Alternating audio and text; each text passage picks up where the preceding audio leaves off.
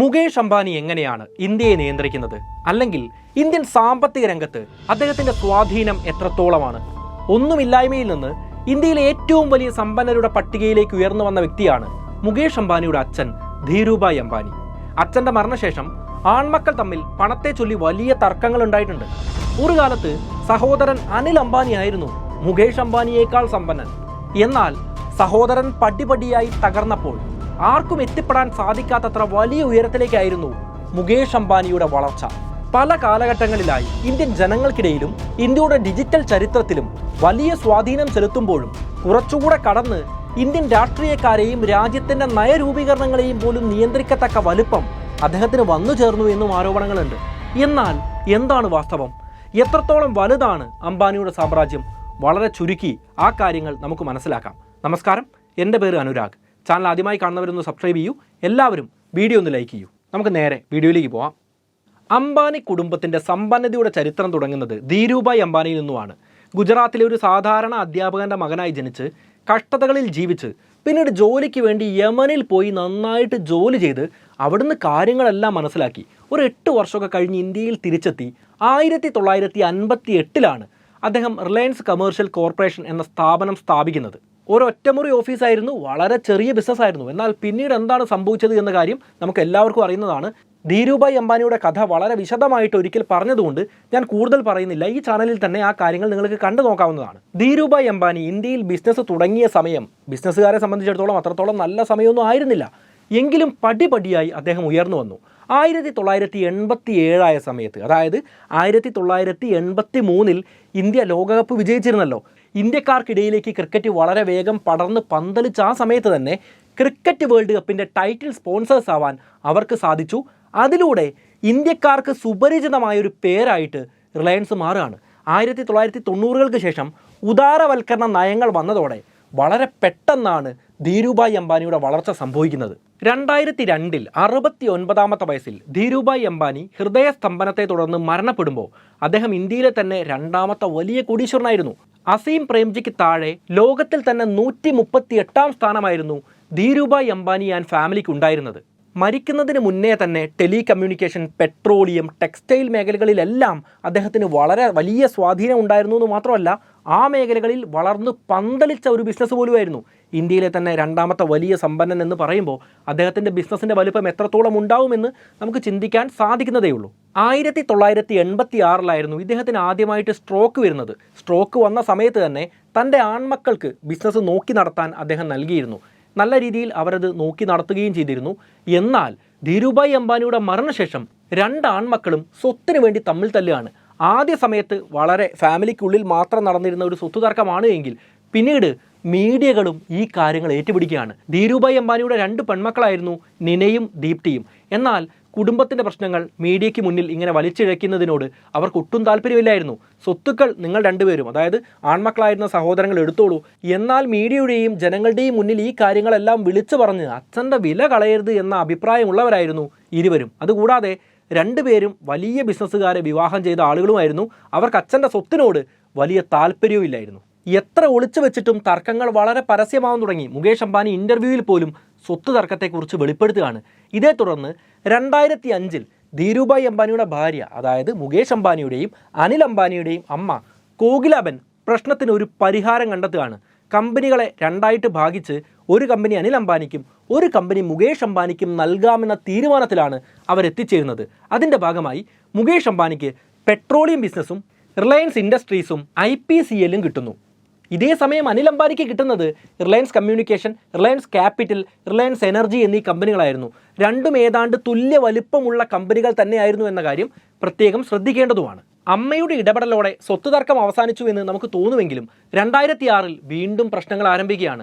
അതായത് 2 കമ്പനികളാക്കി ഭാഗിക്കുന്ന സമയത്ത് petroleum business Mukesh അംബാനിയുടെ കയ്യിലാണല്ലോ, റിലയൻസ് എനർജി ഉള്ളത് അനിൽ അംബാനിയുടെ കയ്യിലുമാണ്. ഈ റിലയൻസ് എനർജി അടക്കമുള്ള അനിൽ അംബാനിയുടെ മറ്റ് കമ്പനികളിലേക്ക് പെട്രോളിയം കൊടുക്കേണ്ട ചുമതല മുകേഷ് അംബാനിക്കായിരുന്നു ഉണ്ടായിരുന്നത്.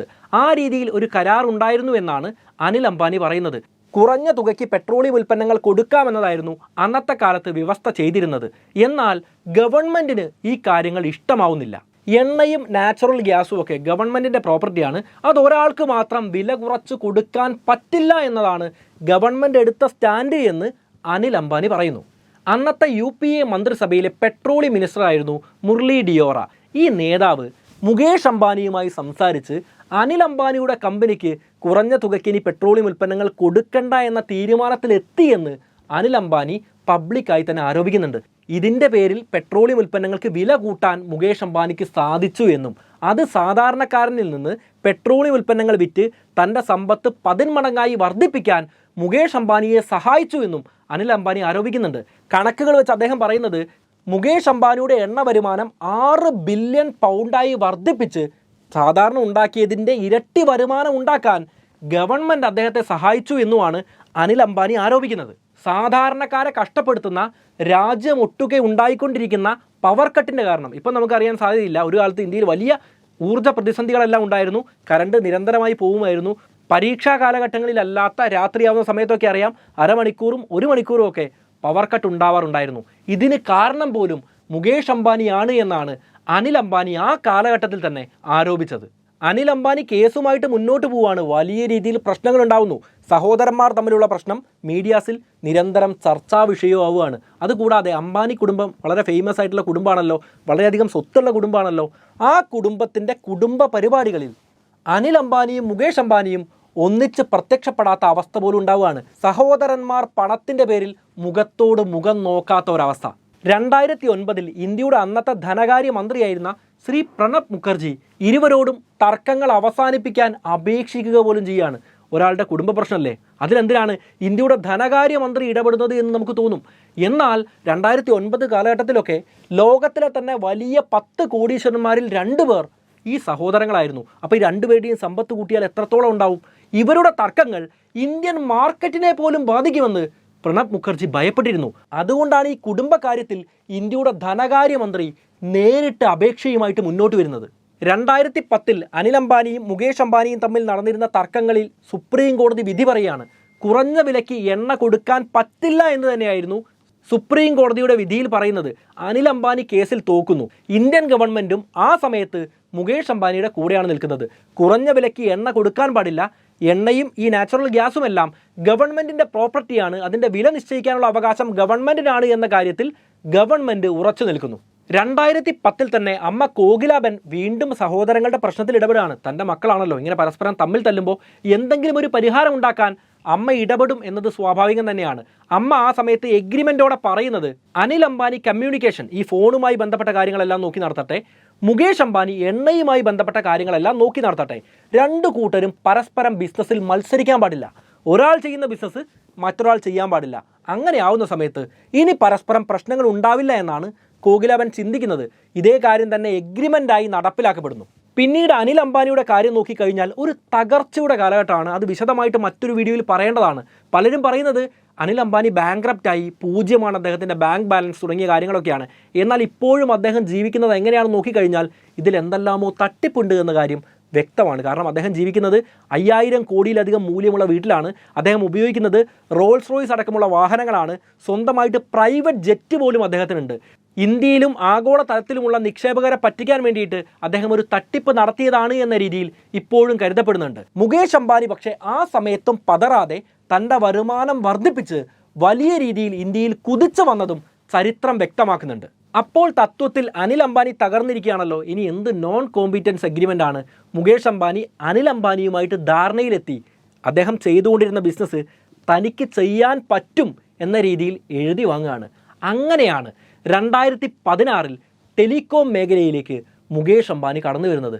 അതിന് മുൻപ് വരെ നമ്മൾ ചിന്തിച്ചു കഴിഞ്ഞാൽ ഇദ്ദേഹത്തിൻ്റെ സഹോദരൻ അനിൽ അംബാനി ചെയ്തുകൊണ്ടിരുന്ന ബിസിനസ്സാണ് റിലയൻസിൻ്റെ ഫോണുകളും കാര്യങ്ങളും, റിലയൻസ് കമ്മ്യൂണിക്കേഷൻ അടക്കമുള്ള കാര്യങ്ങളെല്ലാം. ആ മേഖലയിൽ ഒരു ബിസിനസ് നടത്താനുള്ള അവകാശം മുകേഷ് അംബാനിക്ക് ഇല്ലായിരുന്നു. കാരണം കോമ്പീറ്റ് ചെയ്യുന്ന ബിസിനസ് നടത്തില്ല എന്നത് എഗ്രിമെൻ്റാണ്. ഈ എഗ്രിമെൻ്റ് മാറ്റപ്പെട്ട സമയത്താണ് അദ്ദേഹം ജിയോയുമായി ഇന്ത്യൻ മാർക്കറ്റിലേക്ക് വരുന്നത്. വാസ്തവത്തിൽ അതൊരു വിപ്ലവം തന്നെയായിരുന്നു. Free SIM, free call, free data എന്ന ഇന്ത്യക്കാർ കേട്ടിട്ടില്ലാത്ത ഒരു തരം തന്ത്രവുമായിട്ടാണ് മുകേഷ് അംബാനി വാസ്തവത്തിൽ മുന്നോട്ട് വരുന്നത്. ഇന്ത്യക്കാർ കേട്ടിട്ടില്ലാത്ത തന്ത്രം എന്നൊന്നും പറയാൻ പറ്റില്ല. പക്ഷേ ടെലികോം മേഖലയിൽ ഇത്രത്തോളം വലിയ ഓഫറുകൾ ഇന്ത്യക്കാർ ആദ്യമായിട്ട് കേൾക്കുകയായിരുന്നു. ഫ്രീയോട് എപ്പോഴും പ്രിയമുള്ള ഇന്ത്യക്കാരുടെ മനസ്സിൽ സ്ഥാനം നേടാൻ ജിയോയ്ക്ക് അതിലൂടെ സാധിക്കുകയാണ്. പല ആളുകളും അംബാനിക്ക് വലിയ ലക്ഷ്യങ്ങളുണ്ട്, വലിയ സമ്പത്ത് ഉണ്ടാക്കാനുള്ള തന്ത്രമാണ് എന്നൊക്കെ വലിയ രീതിയിൽ ആ സമയത്ത് പ്രശ്നങ്ങൾ ഉണ്ടാക്കിയിരുന്നു. പക്ഷേ അവരും രഹസ്യമായി ക്യൂ നിന്ന് ജിയോ സിം സ്വന്തമാക്കിയ കാഴ്ച ഇന്ത്യ കണ്ടതാണ്. ബിസിനസ്സുകാരൻ ബിസിനസ് ചെയ്യുന്നതും സൗജന്യം തരുന്നതും ഭാവിയിൽ അവന് ലാഭം ഉണ്ടാക്കാൻ വേണ്ടി തന്നെയാണ് എന്ന കാര്യം നമുക്ക് എല്ലാവർക്കും അറിയാം. അല്ലാതെ എല്ലാവർക്കും സൗജന്യം ചെയ്തു കൊടുക്കേണ്ട യാതൊരു കാര്യവും ഒരു ബിസിനസ്സുകാർക്കും ഇല്ല എന്ന സത്യവും നമ്മൾ തിരിച്ചറിയേണ്ടതാണ്. പക്ഷേ അപ്പോഴും ആളുകൾ ചിന്തിച്ചത് ഇപ്പോൾ സൗജന്യം തരുമല്ലേ, തൽക്കാലം ഇപ്പോൾ ഒരു സിം എടുക്കാം, കുറച്ച് കഴിയുമ്പോൾ ഈ സിം ഉപേക്ഷിക്കാം, സൗജന്യം കഴിയുന്ന സമയത്ത് ഉപേക്ഷിക്കാം, അങ്ങനെ ഞങ്ങളെ പറ്റിക്കാൻ പറ്റില്ല എന്ന് പലരും ധരിച്ചിരുന്നു. പക്ഷേ ഈ ഓഫറില്ലേ അത് 200 ദിവസത്തോളം നീണ്ടു നിന്നു. ശരിക്കും വെൽക്കം ഓഫർ എന്ന് പറയുന്നത് ട്രായുടെ നിയമപ്രകാരം 90 ദിവസത്തിൽ കൂടുതൽ നിൽക്കാൻ പാടില്ല. പക്ഷേ അവിടെയും ട്രായ് മുകേഷ് അംബാനിയെ സഹായിച്ചു എന്ന വലിയ ആരോപണങ്ങൾ മറ്റ് കമ്മ്യൂണിക്കേഷൻ കമ്പനികൾ ഇപ്പോഴും ആരോപിക്കുന്നുണ്ട്. ശരിക്കും ഒന്ന് ചിന്തിച്ചു കഴിഞ്ഞാൽ ശരിയല്ലേ എന്ന് നമുക്ക് തോന്നും. 90 ദിവസം കഴിയുമ്പോൾ ട്രായ് പറയുന്നുണ്ട് ഇനി വെൽക്കം ഓഫർ ഇങ്ങനെ ഫ്രീ കൊടുക്കാൻ പാടില്ല. അപ്പോൾ അംബാനി ചെയ്തത് ശരി ഇനി ന്യൂ ഇയർ ഓഫറാണ് കൊടുക്കുന്നത് എന്ന് പറഞ്ഞുള്ള കാര്യമായിരുന്നു. ട്രായ്ക്ക് ചിന്തിച്ചറിഞ്ഞൂടെ ഇത് ശരിക്കും ഞങ്ങളെ പറ്റിക്കാൻ വേണ്ടി ഓഫറിൻ്റെ പേര് മാത്രം മാറ്റാണ്. പക്ഷേ അവിടെ ട്രായ് ഇടപെടുന്നില്ല എന്ന കാര്യം നമുക്ക് വ്യക്തമായിട്ട് മനസ്സിലാവും. ഇവിടെയാണ് അംബാനി എല്ലാ കാലഘട്ടത്തിലും രാഷ്ട്രീയത്തിൽ ചെലുത്തുന്ന സ്വാധീനത്തെപ്പറ്റി പ്രത്യേകമായിട്ട് ഇരുത്തി നമ്മളൊന്ന് മനസ്സിലാക്കേണ്ടത്. ഓഫർ കഴിയുമ്പോൾ സിം പൊട്ടിച്ച് കളയാം എന്ന് ചിന്തിച്ചവർക്ക് പൊട്ടിച്ച് കളയാൻ പറ്റാത്തൊരവസ്ഥ വന്നു. 200 ദിവസത്തോളം ഈ ഓഫർ നീണ്ടു നിൽക്കല്ലേ, സൗജന്യമായിട്ട് അൺലിമിറ്റഡ് ഡേറ്റയും കോളും ആളുകൾ ഉപയോഗിച്ചുകൊണ്ടിരിക്കുകയല്ലേ. അതുകൊണ്ട് തന്നെ ഒരാളുടെ ഫോൺ നമ്പർ ബാക്കിയുള്ള എല്ലാവരും സേവ് ചെയ്യാൻ തുടങ്ങി. നമ്മുടെ മറ്റ് സിം കാർഡുകൾ നമ്മൾ റീചാർജ് ചെയ്യാത്തത് കൊണ്ട് എല്ലാ കോളിനും ബാങ്ക് ആവശ്യങ്ങൾക്ക് പോലും ഈ നമ്പർ തന്നെ കൊടുക്കേണ്ടിയും വന്നു. ബാങ്കിലൊക്കെ കൊടുത്തു കഴിഞ്ഞാൽ ചിന്തിച്ചൂടെ, പിന്നെ ഫോൺ നമ്പർ മാറ്റാൻ വലിയ പ്രയാസം തന്നെയല്ലേ.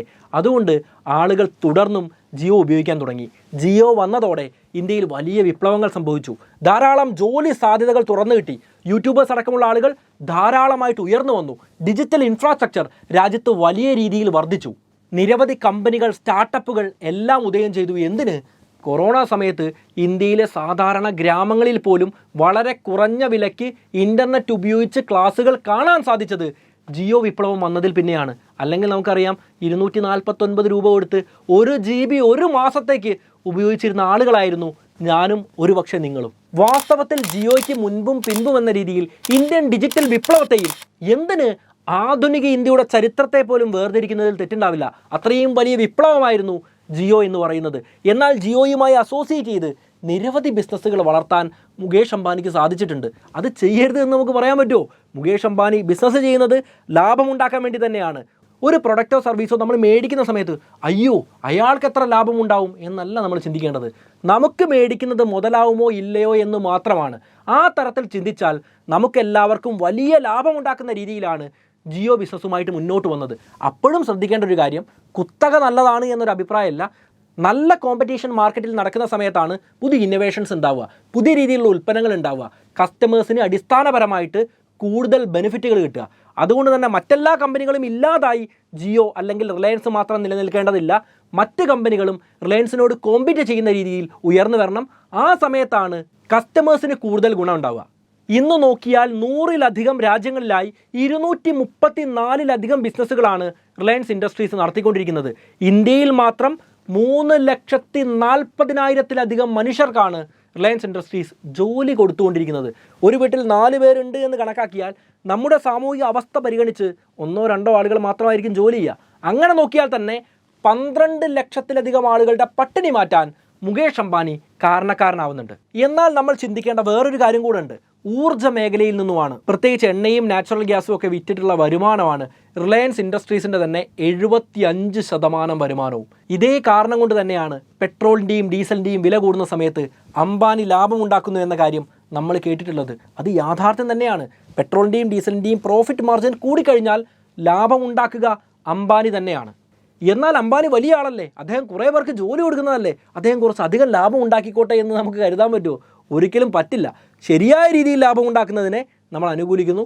അതേസമയം തന്നെ ഏതെങ്കിലും രീതിയിൽ മാനിപ്പുലേഷൻ നടത്തിയിട്ടാണ് എണ്ണയുടെ വില വർദ്ധിപ്പിക്കുന്നത് എങ്കിൽ തീർച്ചയായിട്ടും ഇന്ത്യയിലെ ഓരോ ആളുകളെയും അത് ബാധിക്കുന്നതാണ്. ആ രീതിയിൽ ലാഭം ഉണ്ടാക്കാൻ ശ്രമിച്ചാൽ എതിർക്കുന്നതിൽ യാതൊരു തെറ്റുമില്ല. റിലയൻസിൻ്റെ ഇന്ത്യയിലെ സ്വാധീനം മനസ്സിലാക്കാൻ റിലയൻസ് വെബ്സൈറ്റിൽ കയറി ഞാനൊന്ന് സ്ക്രോൾ ചെയ്ത് നോക്കി. എത്ര സ്ക്രോൾ ചെയ്തിട്ടും താഴേക്ക് എത്തുന്നില്ല. മീഡിയ, ഫാഷൻ, ഫൈനാൻഷ്യൽ സർവീസസ് തുടങ്ങിയ ഒരുപാട് മേഖലകളിൽ നമ്മൾ അജിയോ, ട്രെൻഡ്സ് എന്നെല്ലാം കേട്ടിട്ടില്ലേ? പലപ്പോഴും സാധനങ്ങൾ മേടിച്ചിട്ടുണ്ടാവും. അതിലൂടെ സാധനങ്ങൾ മേടിക്കുന്ന സമയത്ത് സ്വാഭാവികമായിട്ടും അതിൻ്റെ ലാഭം കിട്ടുക അംബാനിക്ക് തന്നെയാണ്. അതുപോലെ മീഡിയ രംഗത്ത് അംബാനിക്ക് വലിയ രീതിയിലുള്ള സ്വാധീനമുണ്ട്. നമ്മൾ ബിസിനസ് ന്യൂസുകളെല്ലാം വായിക്കാൻ യൂസ് ചെയ്യുന്ന moneycontrol.com അത് അംബാനിയുടെ കീഴിൽ വരുന്നതാണ്. വലിയ രീതിയിൽ ആളുകൾ വായിക്കുന്ന ന്യൂസ് 18 ഇപ്പം നോക്കിക്കഴിഞ്ഞാൽ ജിയോ സിനിമ ഇന്ത്യയിൽ ഡിസ്നിയുടെ ബിസിനസ്സും HBO ബിസിനസ്സും കൈകാര്യം ചെയ്യുന്നതും നമുക്ക് കാണാൻ വേണ്ടി പറ്റുന്നതാണ്. അപ്പോൾ സമഗ്ര മേഖലകളിലും അംബാനിയുടെ വലിയൊരു പങ്കാളിത്തമുണ്ട്. ഇതേ കാരണങ്ങൾ കൊണ്ട് തന്നെ ഇന്ത്യയുടെ ആകെ GDPയുടെ 8.9% പ്രതിവർഷം സംഭാവന ചെയ്യുന്നത് ഈ കമ്പനിയാണ്, റിലയൻസ് ഇൻഡസ്ട്രീസ് ആണ്.